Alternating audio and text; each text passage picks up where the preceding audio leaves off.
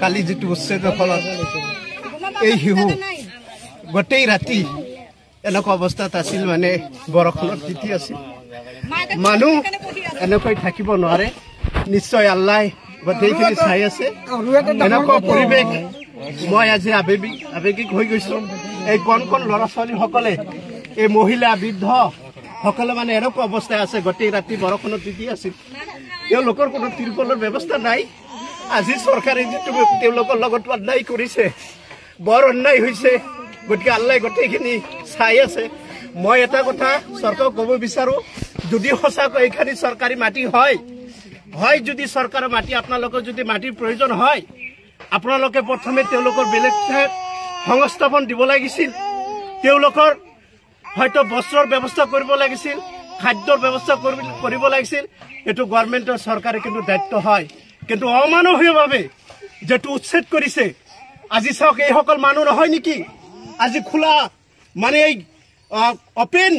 মানে সেই যেটো মানে আকাশৰ তলত তেওঁলোকে আজি গোটেই ৰাতি বৰষুণৰ তিতি এই মানুহবোৰ এনেকুৱা অৱস্থাত আছে আপোনালোকে চাওক ঘূৰাই কৈছে যে গোটেই ৰাতি এই শিশুটিক লৈ তাৰ মানে বাহিৰতে আছিল গতিকে এয়া কোনো মানৱ জাতি এনেকুৱা কোনো থাকে নেকি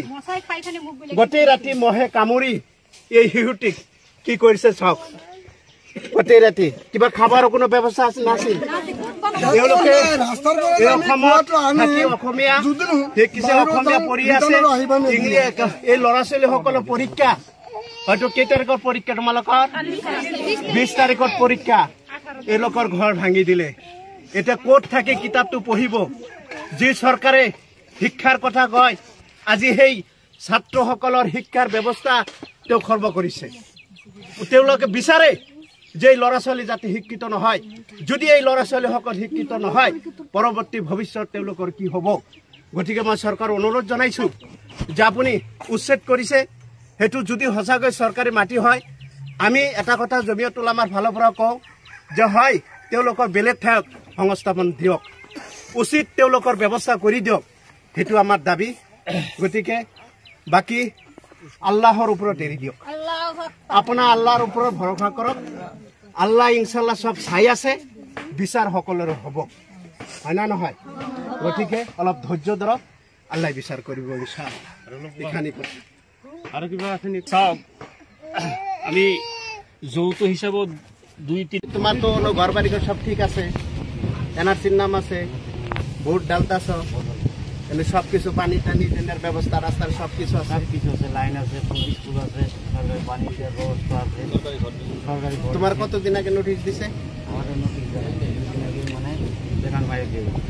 हाँ 2 दिन पहले आपको वहाँ बैनर लगाया नोटिस नहीं मिली ये देखें कि नोटिस भी नहीं मिली अचानक जो है इनका घर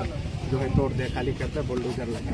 पर्सनली किसी को नोटिस नहीं दिया है एक बैनर मारा है 2 दिन पहले दिया है बैनर मारा है उसमें दाग नंबर दिया हुआ है दाग नंबर 100 कितना और एविक्शन क्या दाग नंबर में कौन कहां है कौन है जो जहां पर खाली जगह जमीन मिला है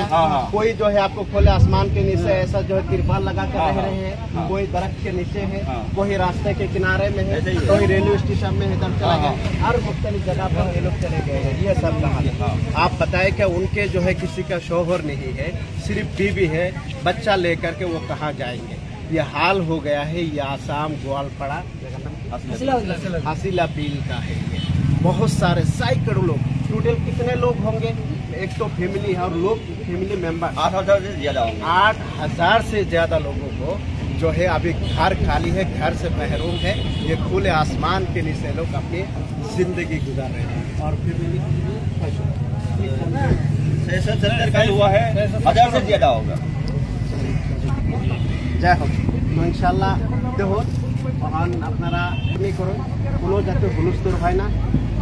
যেভাবে শান্তি ভাতৃত্বতা বজায় রেখে যাতে এই জায়গায় কোনো ধরনের কোনো হুলস্থুল পরিবেশ না হয় আপনারা একজন একজনের লক্ষ্য রাখবেন পরীক্ষা চলে আছে কালি কি পরীক্ষা আছে ইংরেজি এতে তোমার ঘর ভাঙি দিছে এটা তুমি কোথা থেকে পড়িবা কোথা আসো কত এতিয়া তোমাৰ পৰীক্ষা কোন ক্লাছত হাই ছেকেণ্ডাৰী পঢ়ি আছ পৰীক্ষা কোন দিনৰ পৰা তোমাৰ নাম তোমালোকৰ ঘৰ ভাঙিছে এতিয়া পৰীক্ষা চলি আছে পৰীক্ষা কোন দিন কালিৰ পৰা পৰীক্ষা এতিয়া তোমাৰ ঘৰত নাই এতিয়া ক'ত আছ ৰাস্তাৰ কাষত তিৰপাল লগাই তোমালোকে আছো বৰষুণ আহিছে কেতিয়া তিৰপালো নাই স্কুলত যোৱা স্কুলত তুমি কি নাম তোমাৰ ABCD কোৱাচোন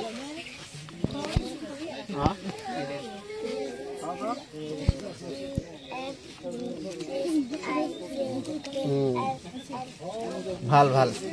ভাল তো আপোনালোকৰ চবৰ ঘৰ ভাঙিছে কোনো আপোনালোকে অনুৰোধ কৰিছিল নে নাই ৰক্ষা কৰক বুলি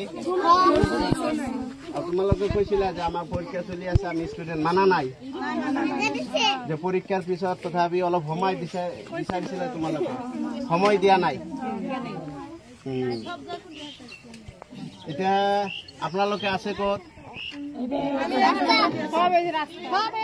রাস্তা ঘাট আছে কোনোবা আপনার রাস্তাত আছে কোনোবা আর কোনোবা তিরপল লগাই আছে যত ঘর ভাঙিছে তাতে থাকিব দিয়া নাই কাকো কি কই আছে ইয়ার পর আপনি যাব লাগে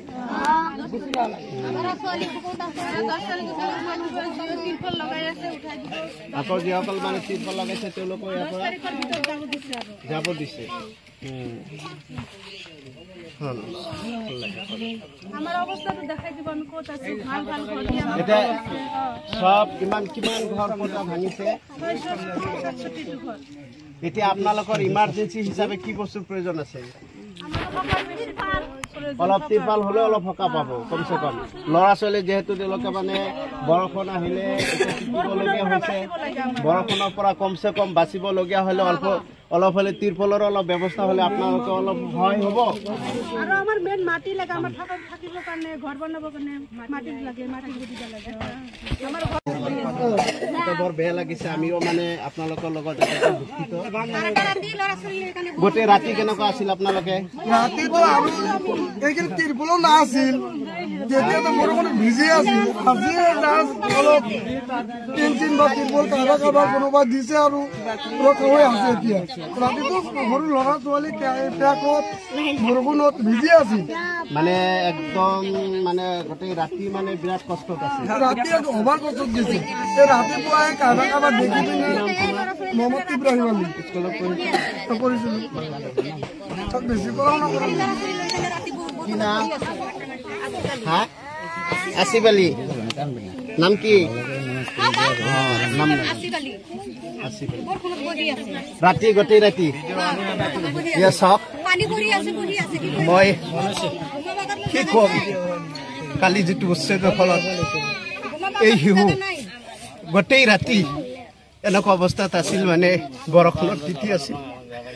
মানুহ এনেকৈ থাকিব নোৱাৰে নিশ্চয় আল্লাহ গোটেইখিনি চাই আছে এনেকুৱা পৰিৱেশ মই আজি আবেগিক হৈ গৈছো এই কণ কণ ল'ৰা ছোৱালীসকলে এই মহিলা বৃদ্ধ সকলে মানে এনেকুৱা অৱস্থায় আছে গোটেই ৰাতি বৰষুণত তিতি আছিল তেওঁলোকৰ কোনো তিৰপলৰ ব্যৱস্থা নাই আজি চৰকাৰে যিটো তেওঁলোকৰ লগত অন্যায় কৰিছে বৰ অন্যায় হৈছে গতিকে আল্লাহ গোটেইখিনি চাই আছে মই এটা কথা চৰকাৰক ক'ব বিচাৰো যদি সঁচাকৈ এইখিনি চৰকাৰী মাটি হয় যদি চৰকাৰৰ মাটি আপোনালোকৰ যদি মাটিৰ প্ৰয়োজন হয় আপোনালোকে প্ৰথমে তেওঁলোকৰ বেলেগ সংস্থাপন দিব লাগিছিল তেওঁলোকৰ হয়তো বস্ত্ৰৰ ব্যৱস্থা কৰিব লাগিছিল খাদ্যৰ ব্যৱস্থা কৰিব লাগিছিল এটো গভৰ্ণমেণ্টৰ চৰকাৰে কিন্তু দায়িত্ব হয় কিন্তু অমানৱীয়ভাৱে যেটো উচ্ছেদ কৰিছে আজি চাওক এই সকল মানুহ নহয় নেকি আজি খোলা মানে এই ওপেন মানে সেই যেটো মানে আকাশৰ তলত তেওঁলোকে আজি গোটেই ৰাতি বৰষুণত তিতি এই মানুহবোৰ এনেকুৱা অৱস্থাত আছে আপোনালোকে চাওক ঘূৰাই কৈছে যে গোটেই ৰাতি এই শিশুটিক লৈ তাৰ মানে বাহিৰতে আছিল গতিকে এয়া কোনো মানৱ জাতি এনেকুৱা কোনো থাকে নেকি গোটেই ৰাতি মহে কামুৰি এই শিশুটিক কি কৰিছে চাওক গোটেই ৰাতি কিবা খাবাৰৰ কোনো ব্যৱস্থা নাছিল তেওঁলোকে ৰাস্তাৰ এই অসমত থাকি অসমীয়া শিকিছে, অসমীয়া পঢ়ি আছে। এই ল'ৰা ছোৱালীসকলৰ পৰীক্ষা হয়তো কেই তাৰিখৰ পৰীক্ষা তোমালোকৰ? 20 তাৰিখত পৰীক্ষা। এওঁলোকৰ ঘৰ ভাঙি দিলে। এতিয়া ক'ত থাকি কিতাপটো পঢ়িব? যি চৰকাৰে শিক্ষাৰ কথা কয়, আজি সেই ছাত্ৰসকলৰ শিক্ষাৰ ব্যৱস্থা তেওঁ খৰ্ব কৰিছে। তেওঁলোকে বিচাৰে যে এই ল'ৰা ছোৱালী যাতে শিক্ষিত নহয়।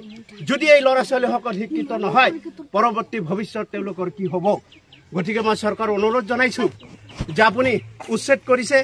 সেইটো যদি সঁচাকৈ চৰকাৰী মাটি হয়, আমি এটা কথা জমিয়ত উলামাৰ ফালৰ পৰা কওঁ যে হয় তেওঁলোকৰ বেলেগ ঠাইত সংস্থাপন দিয়ক, উচিত তেওঁলোকৰ ব্যৱস্থা কৰি দিয়ক, সেইটো আমাৰ দাবী। গতিকে বাকী আল্লাহৰ ওপৰত এৰি দিয়ক।